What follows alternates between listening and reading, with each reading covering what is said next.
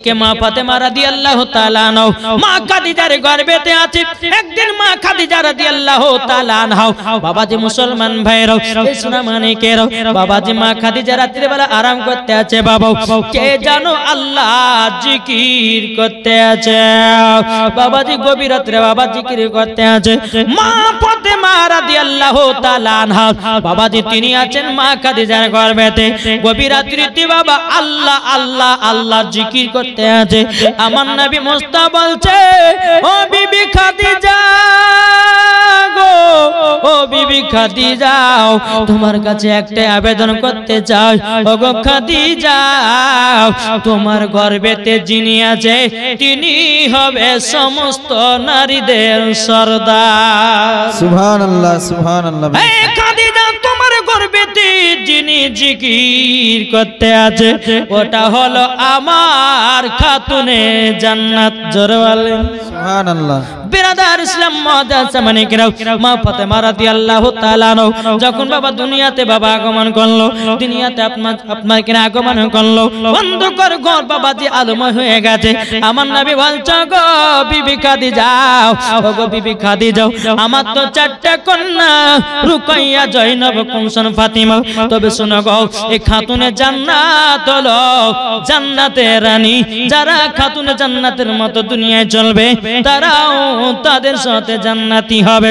ও মা কালা শুনে যান মারাতের বেলা মা জননীরাও এখন আমরা মানুষ হয়েছি গো মা, সবাইকে একদিন অন্ধকার কবরে যেতে হবে। এ সোনা মানিকের একটা কথা আবার মনে পড়ে রে বাবা, একটা কথা মনে পড়ে। কত বছর যখন জীবনী হয়েছিল ওখানে হয়নি, যখন হয়েছিল আমার মা কিন্তু বেঁচে ছিল, আজকে নাই। আজকে আছে নাই? তাইলে বাবাজি এই সোনামানিকেরা মানুষকে কখন আছে কে কখন নাই, সবাইকে একদিন অন্ধকার কবরে যেতে হবে রে ভাই। ও সোনামানিকেরা তামাল্লা পাক আল্লাহ তাআলা বলছো গো আমার বান্দা বান্দিরাও তোমরা জীবনে গুনাহ করো না, তোমরা জীবনে পাপের কাজ করো না, তোমরা জীবনে নামাজ কাজা করো না, তোমরা জীবনে কোন রোজা কাজা করো না। আল্লাহ পাক আল্লাহ তাআলা বলতেছো গো আমার বান্দা বান্দিরাও তোমাদের একদিন নাম হবে লাশ। হবে না? আমি যদি মারা যাই তা আমার নাম হবে লাশ। দুনিয়ার যে কোনো কেউ মারা যাক না কেন সবার নাম হবে লাশ, ঠিক না? তাই কো বলতেছে একই দিন তোমার নাম হবে লাশ, ঠিক না? একই দিন তোমার নাম হবে লাশ, একই দিন তোমার নাম হবে লাশ, একই দিন তোমার নাম হবে লাশ। সাদা কাপড় পরবে দেহ রবে না আর আপনি কেহ, সাদা কাপড় পরবে দেহ রবে না আর আপনি কেহ, বন্ধ হবে নিঃশ্বাস একই দিন তোমার নাম হবে লাশ, একই দিন তোমার নাম হবে লাশ। মসজিদে এলানি হবে একে একে জানবে সবে, সকলে আসবে তোমার বাড়ি। মসজিদে এলানি হবে একে একে জানবে সবে, সকলে আসবে তোমার বাড়ি। বড় পাতা গরম পানি আনিবে কেউ আতর দানি, গরম পাতা বড় পানি আনিবে কেউ আতর দানি, কেউ গিয়ে কাটবে ঝাড়ের বাস একই দিন তোমার নাম হবে লাশ, একই দিন তোমার নাম হবে লাশ। তাইলে এত অহংকার কেন ভাই? লাশ যদি হয় তা এত অহংকার কেন? আল্লাহ বলছে অহংকার কারীকে আমি পছন্দ করি না। আল্লাহ বলছে বলে বান্দারে টাকার অহংকার করো না, জমির অহংকার করো না, বাড়ি গাড়ির অহংকার করো না। একদিন তোমাকে অন্ধকারে কবর যেতে হবে, ওটাই তোমার আসল বাড়ি হবে। ও ভাই, আজকে আমার মরণ কালকে তোমার, এইরকম ভাবে সবাইকে একদিন অন্ধকারে কবর যেতে হবে। ও গো মা জননীরা, একটু অন্ধকার কবরকে স্মরণ করো গো মা। যারা অন্ধকার কবরে গেছে তারাই বুঝেছে অন্ধকার কবর কঠিন কঠিন জায়গা। ও গো মা জননী, ইমানদারের জন্য হলো অন্ধকার কবর বাবাজি আসানের জায়গা, আর বেঈমানদারের জন্য অন্ধকার কবর কঠিন ভয়ানক জায়গা। ও মা জননীরা গো, তাই বলতে যাই খাতুন জান্নাতের মতো নারী হও, মরার পরে জান্নাতি হয়ে যাবে। জোরে বলেন সুবহানাল্লাহ। বাবাজি মুসলমান ভাইরাও, মা ফাতেমা রাদিয়াল্লাহু তাআলা আনহা তিনি যখন জন্মগ্রহণ করলেন, অন্ধকার ঘরকে মই আলোময় করে দিয়েছে। আল্লাহর ফেরেশতারা খাতুন জান্নাতকে ডাকার জন্য বাবা হইচই লাগিয়ে দিয়েছে। বাবা অগণিত ফেরেশতারা ফাতিমার কাছে এসেছে। বেরাদার আবার খাদিজা, মা খাদিজা রাদিয়াল্লাহু তাআলা আনহা বলছেন, নবী গো, ও গো দয়াল নবীজি, আমার বিটি ফাতেমা যেন কি যেন মুখ দিয়ে পড়তেছে, দেখুন না। আমার নবী বলতেছে, বলো গো আমার বিবি খাদিজা, আমার বিটির মুখ দিয়া আল্লাহ এবং আমার জিকির চলতে আছে। সুবহানাল্লাহ। বেরাদান সালাম মাদান সামানে কেরাও, এ সোনা মানে কেরাও, মা ফাতেমা রাদিয়াল্লাহু তাআলা আনহা তিনি যখন জন্ম নিয়েছিলেন, বাবাজি মুসলমান ভাইরাও, এ সোনা মানে কেরাও, অগণিত ফেরেশতারা আপনার জিয়ারত করতে এসেছেন বাবা। কিন্তু বেরাদান সালাম মাদান সামানে কেরাও, এদিকে মা ফাতেমা রাদিয়াল্লাহু তাআলা আনহার যখন বাবা 15 বছর 5 মাস হলো, আর হযরতে আলীর বয়স যখন বাবা 20 বছর 5 মাস হলো, বাবাজি এ সোনা মানিকেরাও, বাবাজি মুসলমান ভাইরাও, খাতুনে জান্নাতকে বিয়ে করার জন্য মক্কা শরীফের অনেক বাবাজি বড় বড় লোকেরা বাবাও নবীকে এসে বলতে, ইয়া রাসূলুল্লাহ, ইয়া হাবিবাল্লাহ, নবী গো, আপনার বিটি খাতুনে জান্নাতকে বিবাহ করতে চায়। আমার নবীজি কোনো মতে রাজি হন না। সুবহানাল্লাহ। মক্কাতে যতগুলি বড় বড় ঘরের ব্যক্তি ছিল সবাই খাতুনে জান্নাতকে বিয়ে করা পায়গাম দিত, কিন্তু আমার নবী তো রাজি হবেন নাই, আমার আল্লাহ রাজি হবে না। হবে কার সাথে? হযরতে আলী রাদিয়াল্লাহু তাআলা আনহুর সাথে। বাবাজি একদিন আমার নবী মুস্তাফা সাহেবেল আলাক তিনি বসে আছেন, হযরতে আলী রাদিয়াল্লাহু তাআলা আনহু তিনি একটা ময়দানে ছাগল পালাকে নিয়ে দেখভাল করছেন। রাস্তা দিয়ে উমারে ফারুক আবু বকর সিদ্দিক আসছেন, আস্তে আস্তে বলছে, বলে আলী, ওগো আলী, তুমি কি বিয়ের পায়গাম দিয়ে এসেছো নাকি?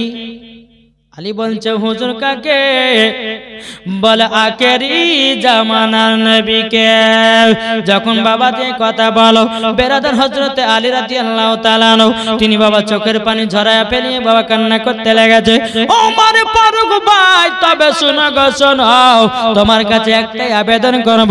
বলে কি আবেদন? আমি তো নবী মুস্তাফার কাছে বিয়ের পায়গাম দিতে যাইনি। ওমর ফারুক বলছে, আলী গো, মক্কার সমস্ত যুবক ছেলেরা খাতুনে জান্নাতকে বিয়ে করার জন্য পায়গাম দিয়েছে, আলী তুমি কেন দাও নাই? আমার নবী মুস্তাফা কোনো বিয়েতে রাজি হন নাই। ওগো আলী, যাও যাও যাও, আমার নবী মুস্তাফাকে দাওয়াতটা দিয়ে আসো, বিয়ের পায়গামটা দিয়ে আসো। হযরত আলী রাদিয়াল্লাহু তাআলা আনহু তিনি বাবা চোখের পানি ঝরিয়ে ঝরিয়ে কান্না করতে লেগেছে। বলো গো আল্লাহ গো, ওগো রব্বুল আলামিন, এখন যদি আমার নবী মুস্তাফাকে যখন বিয়ের পায়গাম দিতে যাও বাবাজি, তাইলে হয়তো আমার ঘর নাই, বাড়ি নাই, আমি তো একটা গরিব ছেলে, আমার নবী মুস্তাফাকে রাজি হবেন নাকি? উমর ফারুক বলছে, আলী যাও যাও, নবীর কাছে যাও, একবার খাতুনে জান্নাতের বিয়ের পায়গামটা দিয়ে এসো। জোরে বলেন না সুবহানাল্লাহ। এই বাবাজি মুসলমান ভাইরাও, এই সোনা মানিকেরাও, খাতুনে জান্নাত মা ফাতেমা রাদিয়াল্লাহু তাআলা আনহার বিয়ের পায়গাম নিয়ে যাচ্ছে বাবা হযরত আলী রাদিয়াল্লাহু তাআলা আনহু। পা দুপা করে কি আমার নবী মুস্তাফার সম্মুখে হাজির হলো। হাজির হয়ে যাওয়ার পর বলছে লাব্বাইক ইয়া রাসূলুল্লাহ, লাব্বাইক হাবিবাল্লাহ। ওগো নবীজি গো নবীজি, আপনার কাছে আমি হাজির হয়েছি। আমার নবী বলছে আলী কি ব্যাপার এসেছে বলো। আলী কিন্তু লজ্জায় মুখ খুলতে পারে না, মাথাটা আপনার নিচু করে নিয়েছে। আমার নবী বলছে গো আলী বলো কি ব্যাপার এসেছো, বলো বলো বলো। আলী রাদিয়াল্লাহু তাআলা তিনি বলতেছে বলো গো নবীজি আমি কেন এসেছি। আল্লাহ পাক আল্লাহ তাআলা আপনাকে তো মালিক বানিয়েছে, নবী গো আপনি তো জানেন। জোরে বলেন সুবহানাল্লাহ। আমার নবীজি বলছে বলে আলী তুমি আমার কাছে এসেছো একটার কারণে। বলে কিসের কারণ গো নবী। ও গো আলী তুমি আমার বিটি ফাতেমার বিয়ের পয়গাম নিয়ে এসেছো। সুবহানাল্লাহ, বেশক সুবহানাল্লাহ। হযরত আলী রাদিয়াল্লাহু তাআলা তিনি মনে মনে বলছে আল্লাহ গো আল্লাহ আল্লাহ গো আমি তো এই দিনটার অপেক্ষায় বসেছিলাম, আমাকে আলী বিয়ের পয়গাম দিতে আসবে। বেরাদুল ইসলাম মুআদ্দাস জামানে গেও আমার নবী বলছে আলী গো ও গো আলী তবে একটা কথা শুনে নাও, কালকে একটা প্রতিযোগিতা হবে। প্রতিযোগিতাটার নাম কোরআন পড়া প্রতিযোগিতা। যেই কোরআন পড়াতে ফার্স্ট হবে তার সাথে আমার বিটি ফাতেমার বিয়ে দেব। জোর বলেন সুবহানাল্লাহ সুবহানাল্লাহ। বাবা যে শোনা মানে যখন কথা বলা আমার নবী মুস্তাফা সাল্লাল্লাহু তাআলা আলাইহি সাল্লাম তিনি কি করলেন, এই কথা যখন আলীকে বললেন আর যারা যারা যে সমস্ত সাহাবীরা নবীর বিটি খাতুনে জান্নাতকে বিয়ের পয়গাম দিয়েছিল তাদের সবাইকে বলা হলো যে কালকে প্রতিযোগিতা আছে, খাতুনে জান্নাতের বিয়ের প্রতিযোগিতা। যে আগে একটা খতম তুলতে পারবে তার সাথে খাতুনে জান্নাতের বিয়ে হবে। এটা জোর হবে না? জি। প্রতিযোগিতা সকাল হলো। সকাল হওয়ার পরে বাবাজি সমস্ত সাহাবীরা বাবা কোরআন পড়তে লেগেছে, কিন্তু আলী আসে নাই। আলী আসেনি। বেরাদুল ইসলাম মুআদ্দাস জামানে কিরাম 1 ঘন্টা 2 ঘন্টা যখন পার হয়ে যায় বাবাজি মুসলমান ভাইরাও এই শোনা মানে কেরাও ওগো মা কালা শুনে যান মা রাতের বেলা মা জননীরাও যখন বাবাজি এই কথা বলার পরে খাতুনে জান্নাত মা ফাতেমা রাদিয়াল্লাহু তাআলা আনহা তখন বলতেছে বলো গো আব্বা জান কিসের প্রতিযোগিতা করতে আছেন বলুন। বলে বিটি গো তোমারই বিয়ের প্রতিযোগিতা। বাবাজি মুসলমান ভাইরা এই শোনা মানে কেরাও খাতুনে জান্নাত বাবার ঘরের ভিতরে চলে গেলেন। বাবা এদিকে কিন্তু আলী আসে নাই। কিছুক্ষণ পর 2 থেকে 2.5 ঘন্টা 3 ঘন্টা পর বাবাজি হযরতে আলী প্রবেশ করেছে। প্রবেশ করার পরে বাবা কোরআন পড়তে লেগেছে। কোরআন পড়তে পড়তে পড়তে পড়তে হযরতে আলী বলছেন নবী গো আমার খতম উঠে গেছে। সুবহানাল্লাহ। নারায়ে তাকবীর, আল্লাহু আকবার, নারায়ে রিসালাত, ইয়া রাসূলুল্লাহ, নারায়ে হায়দারি, ইয়া আলী, মাসলাকে আলা হযরত, জিন্দাবাদ, উলামা আহলে সুন্নাহ, জিন্দাবাদ, দ্বীন ইসলাম, জিন্দাবাদ, সুন্নি মুসলমান, জিন্দাবাদ, জীবনী বক্তা মাওলানা ওবায়দুল ইসলাম জামালি সাহেব। নারায়ে তাকবীর, নারায়ে রিসালাত। ইয়া রাসূলুল্লাহ। বাবাজি মুসলমান ভাইরাও সমস্ত সাহাবীরা বাবা দেখে অবাক হয়ে গেছে। কি ব্যাপার, আলী তো আমাদের 2 থেকে 3 ঘন্টা পরে এসেছি, আলীর কিভাবে আগে খতম হতে পারে? আগো এই বাড়িতে কালকে 2টা হবে সাবিনা পড়ছে, ওই বাড়িতে 2টা পড়ছে। এরা 2 ঘন্টা পরে লেগেছে, ওরা 2 ঘন্টা আগে লেগেছে। কার খতম উঠবে? যারা আগে লেগেছে খতম উঠবে করবে না। সমস্ত সাহাবীরা বলতেছে বলো গো নবীজি আলী তো লেটে এসেছে, এত তাড়াতাড়ি খতম হয় কি করে? আমার নবী বলছে আলী গো ও আলী বলো বলো তুমি আগে খতম তুললে কেমন করে? হযরত আলী রাদিয়াল্লাহু তাআলা আনহু তিনি বলছে ইয়া রাসূলুল্লাহ ইয়া হাবিবাল্লাহ নবী গো আমার বেয়াদবিটা maaf করে দিবেন। নবী গো আপনি তো বলেছেন, নবী গো আপনি তো বলেছেন যে ব্যক্তি কুরআন শরীফের মধ্যে সূরা ইখলাস তিনবার পড়বে তাকে একটা খতমের সব দেওয়া হবে। সুবহানাল্লাহ সুবহানাল্লাহ। সূরা ইখলাস মানে কুল হুয়াল্লাহু আহাদ আল্লাহুস সামাদ লাম ইয়ালিদ ওয়া লাম ইউলাদ ওয়া লাম ইয়াকুল লাহু কুফুয়ান আহাদ। ওগো মা জননীরা, এই সূরাটা যদি তিনবার পড়া হয় আমার নবী মুস্তাফা বলেছেন একটা খতমের সওয়াব পাওয়া যাবে। সুবহানাল্লাহ। বেশ ওগো দয়াল নবীজি, আমি শুধু একটা খতম তুলি না গো নবী। ওগো নবীজি, আপনি তো বলেছেন কুরআন শরীফের মধ্যে দিল হলো সূরা ইয়াসিন। নবী গো, আপনি তো বলেছেন যদি কেউ একবার সূরা ইয়াসিন তেলাওয়াত করে তাকে নাকি 10টা খতমের শব্দ হয়। ওগো নবীজি, আমি একটা খতম তুলি নাই, আমি খতম তুলেছি 101টা। সুবহানাল্লাহ সুবহানাল্লাহ। বেশ কটা 101টা খতম তুলেছি। আমার নবী বলছো গো সাহাবীরা, শোনো শোনো, আমার আলী বিনা দলিল ছাড়া কথা বলে না। সুবহানাল্লাহ। বেশ সুবহানাল্লাহ। আলী কার নাম? একদিন হযরত আলী রাদিয়াল্লাহু তাআলা আনহু, বাবাজি আপনার কিনা নবীর সাহাবী সম্মুখে বলতেছে, ওগো নবীর সাহাবীরা, আমার কাছে জিবরিল আমিন দুবার আসে, নবীজির কাছে একবার যায়। আলী কার নাম শুধু দেখেন, সমস্ত সাহাবীরা অবাক, হ্যাঁ নবীর কাছে একবার জিবরিল আমিন আর আলীর কাছে দুবার, মানে এই কথা তো জানাতে হবে নবীকে। সমস্ত সাহাবীরা নবীর কাছে গেছে, ইয়া রাসূলুল্লাহ, ইয়া হাবিবাল্লাহ, নবী গো, হযরত আলী রাদিয়াল্লাহু তাআলা আনহু কি ওয়াজ করেছেন জানেন? ভুল ওয়াজ করেছে। বলে কি ওয়াজ? বলে নবী গো, জিবরিল আমিন নাকি আলীর কাছে দুবার আসে আর আপনার কাছে নাকি আগে। আমার নবী বলছে, এ সাহাবীরা যাও, আলীকে আমার কাছে ডেকে নিয়ে এসো। আলীকে ডেকে নিয়ে এসেছে। আমার নবী মুস্তাফা বলছে, বলে আলী, ওগো আলী বলো না কি ব্যাপার, কালকে কি ওয়াজ করেছো? আমার নবী আলী বলতেছে, নবী গো, আমি কালকে ওয়াজটা করেছিলাম, আমার কাছে জিবরিল আমিন দুবার আসে, নবী গো আপনার কাছে একবার যায়। নবী গো, আমি কি বলে ভুল করেছি? বেরাদ ইসলাম মাদান সামানে কেরাও, আমার নবী তো জানে আলী ভুল করে না, আলী ভুল করে না, তবু আমার নবী বলছে, বলে আলী গো, ওগো আলী একবার বুঝাইয়া দাও। বেনাদান হযরত আলী রাদিয়াল্লাহু তাআলা আনহু তিনি বলছেন, নবী গো, আপনি তো বলেছেন আনা মাদিনাতুল ইলম ওয়া আলিউন বাবুহা। ওগো নবী, যে আপনি বলেছেন আপনি হলো ইলমের শহর, তার দরওয়াজা হলাম আমি। ওগো নবী, যে আমি যদি ইলমের দরওয়াজা হই তাহলে জিবরিল আমিন যদি আছে আমার দরওয়াজা দিয়ে ঢুকবে।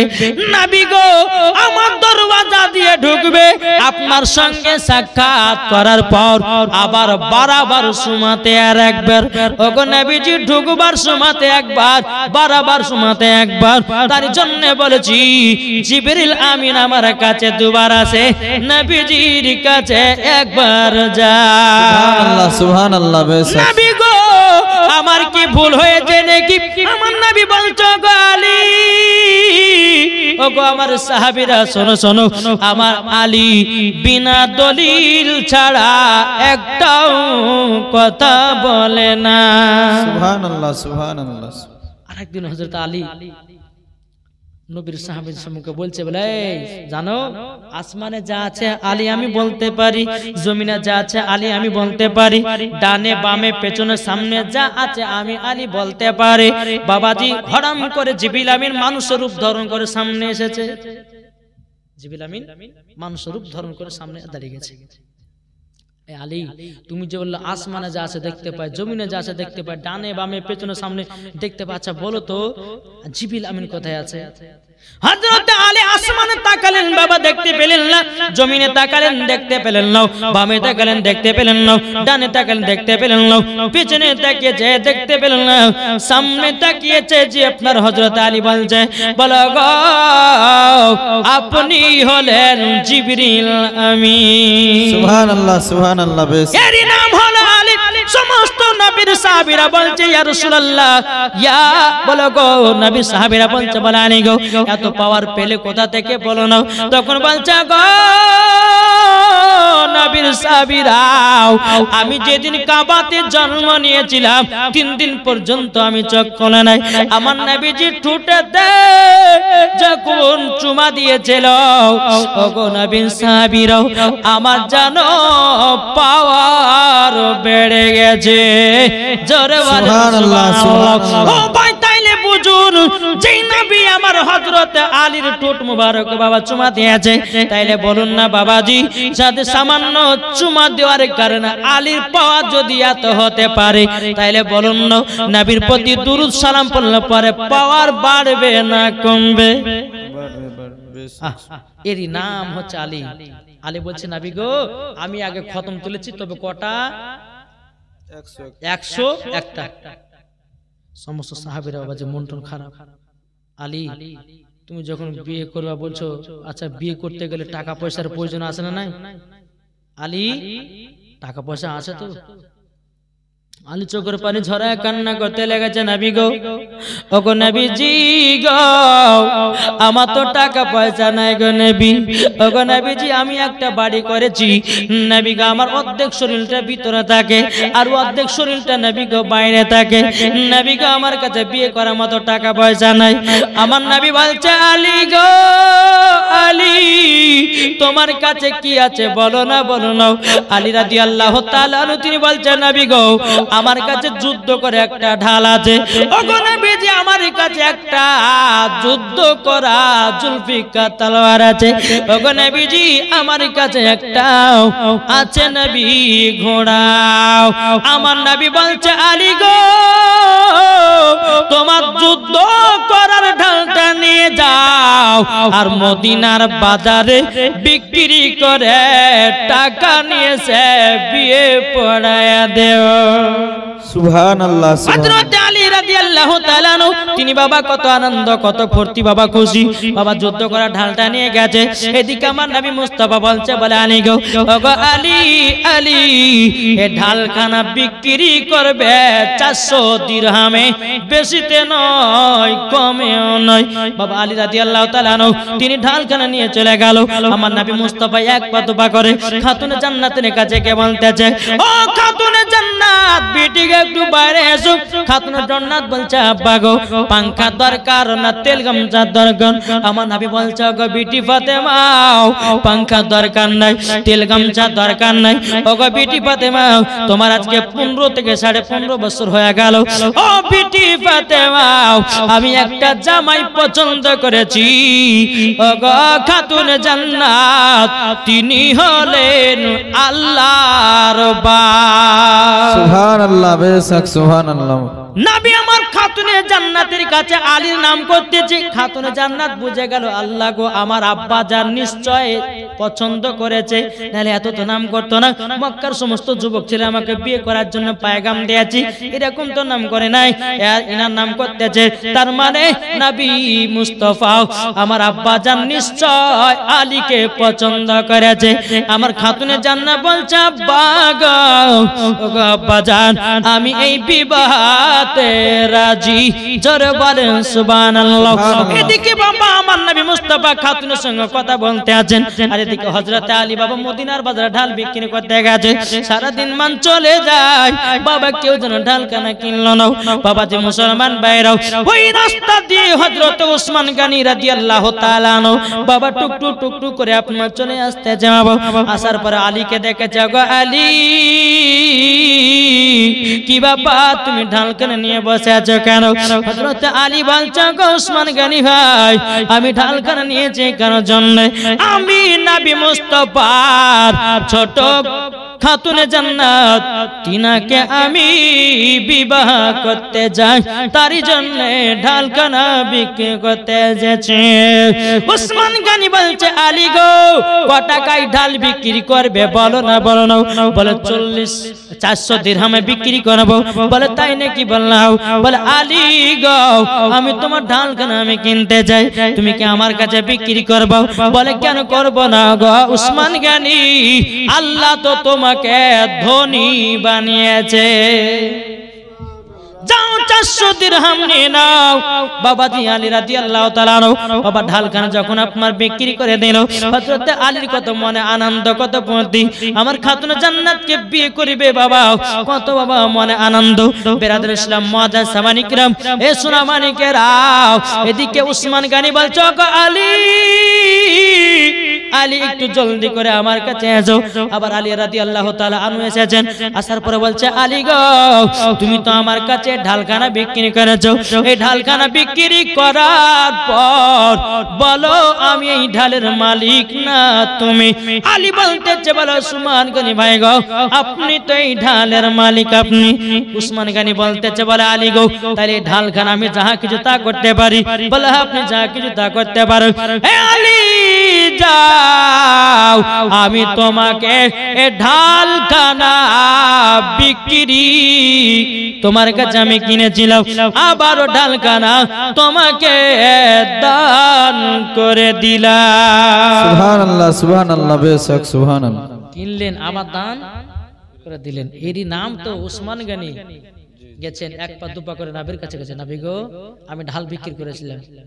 বলে আলী গো তো তোমার কাছে ঢাল কেন? বলছেন নবী গো আপনার জামাই উসমান গনি আমার কাছে ঢাল কিনেছিল, আবার আমাকে দান করেছে। আমার নবী বলছো গো আলী আমার জামাই উসমান গনিও বিয়েতে রাজি। জোরে বলেন সুবহানাল্লাহ বেশক। আমার নবী বলছে বলে আলী গো যে উসমান গনির সাথে আমার বিটি দুই বিটির বিবাহ দিয়েছিলাম, তারই জন্য তিনার টাইটেল হলো হযরতে উসমান জুন নুরাইন, দুই নূরের অধিকার উসমান। সুবহানাল্লাহ বেশক সুবহানাল্লাহ। বাবা যে সূরা মানিক এই বিয়ের কথা খাতুনে জান্নাত মা ফাতেমা রাদিয়াল্লাহু তাআলা আনহার সাথে হযরতে আলীর বিবাহ শাদী পরহানকে জানেন উমারে ফারুক। জোরে বলো সুবহানাল্লাহ সুবহানাল্লাহ। হযরত আবু বকর সিদ্দিক দোয়া করলেন, কিন্তু বেরাদার ইসলাম মুআজ্জাজ সামানি কিরাম কিন্তু সাহাবীদের মন খারাপ কেন বলেন তো? বিয়ের বাড়িতে একটু খামন্তন যদি না হয়তো ভালো হবে, খারাপ হবে না? হয়তো যদি গোষ্ঠ না আরে আইন বিয়ে দিয়ে দিল বলে না বলে হযরত উসমান গনি উমর ফারুক বলছে হ্যাঁ গো খাতুনে জান্নাতের বিয়েতে কে একটা ছাগল দিবা বলো? যার বেশি টাকা পয়সা আছে সে দান করবে।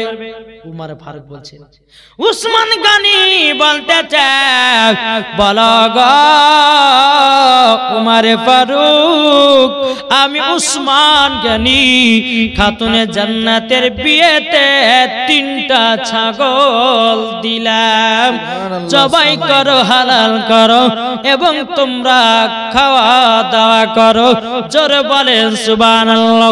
বাবাজি বিয়ে শাদী যখন হয়ে গেল, এদিকে হযরতে আলী রাদিয়াল্লাহু তাআলা আনহু তিনি এক জায়গাতে বসে বসে কান্না করতেছে। হযরতে বেলাল বলছে আলী গো তুমি কিসের জন্য কান্না করছো বলো না? হযরতে আলী রাদিয়াল্লাহু তাআলা বলছে গো বেলাল, ও বেলাল আমি কান্না করতেছি একটার কারণে। বলে কি কারণের জন্য কান্না করতেছো? বলো গো বেলাল আমি তো খাতুনে জান্নাতকে বিয়ে করলাম, আমার বাড়ি নাই ঘর নাই, আমি বিবাহ করলাম গো কোথায় নিয়ে যাব? এদিকে তারই জন্য কান্না করতেছি গো ভাইরা দাও। বেরাদুল ইসলাম মুআজ্জাজ সামানি কিরাম হযরত উসমান গনি রাদিয়াল্লাহু তাআলা বলছে আলী গো কান্না করছো কেন বলো না? ও গো উসমান গনি ভাই আমার এমন একটা ঘর আছে, অর্ধেক শরীর ভিতরে যায় অর্ধেক শরীর বাইরে আছে, আমি ওই ঘরে খাতুনে জান্নাতকে কি করে নিয়ে যাব? এদিকে উসমান গনি বলছে গো আলী আজকে বাসরাতের জন্য আজকে তোমাকে এই ঘরের চাবি দিয়ে দিলাম। জোরে বলেন সুবহানাল্লাহ। চাবি দিয়ে দিলাম, চাবি দিয়ে দিলাম। যখন বাবা চাবিটা দিয়ে দিল খাতুনে জান্নাত ঘরের ভিতরে প্রবেশ করলো। প্রবেশ করার পর হযরতে আলী রাদিয়াল্লাহু তাআলা ঘরের ভিতরে তিনিও প্রবেশ করলেন। একবার বাইরে আসতেছে, একবার ভিতরে যাচ্ছে, বাইরে আসছে, ভিতরে যাচ্ছে, উঠছে বসছে। আলী রাদিয়াল্লাহু তাআলা বাবাজি ঠিকমতো আপনার শুতে পারতে যেন উসমান গনি লক্ষ্য করে দেখতেছে কি ব্যাপার। আলী একবার ঘরে যায় বাইরে আসে কেন, কিসের কারণে? এদিকে বেরাদুল ইসলাম মুআজ্জাজ সামানি কিরাম হযরতে আলী রাদিয়াল্লাহু তাআলা আনহু বাবাজি গেটের কাছে থুমরে বসে গেল। বাবাজি হযরত উসমান গনি রাদিয়াল্লাহু তাআলা আনহু তিনি কে বলছে আলী গো তোমার মনটা আবার খারাপ হয়ে গেল কেন? হযরত আলী বলছে ওসমান গনি ভাই আমাকে সকাল পর্যন্ত ঘরে চাবি দিলেন না কিয়ামত পর্যন্ত দান করলেন? সুবহানাল্লাহ ওসমান গনি বলছে বলে আলী গো যাও যাও আমি তোমাকে কিয়ামত পর্যন্ত দান করে দিলাম। আল্লাহুম্মা সাল্লি আলা সাইয়্যিদিনা মাওলানা মুহাম্মদ ওয়া আলা আলি সাইয়্যিদিনা মাওলানা মুহাম্মদ সাল্লাল্লাহু তাআলা আলাইহি সাল্লাম। বাবাজি তাই কবি বলতেছে চন্দ্র সূরজ গ্রহ তারা চলে নবীজির আঙ্গুলের ইশারায়। চন্দ্র সূরজ গ্রহ তারা চলে নবীজির আঙ্গুলের ইশারায়। দোসরা কোনো মাবুদ নাই এক আল্লাহ ইয়া মুহাম্মদ মুস্তাফা নবী সাল্লি আলা ইয়া মুহাম্মদ মুস্তাফা নবী কমলে বালা। কে বলে নবীজি সোনার পুতুল, কে বলে নবীজি গোলাপের ফল, কে বলে নবীজি সোনার পুতুল, কে বলে নবীজি গোলাপের ফল। দোসরা কোনো মাবুদ নাই এক আল্লাহ ইয়া মুহাম্মদ মুস্তাফা নবী সাল্লি আলা ইয়া মুহাম্মদ মুস্তাফা নবী কমলে বালা।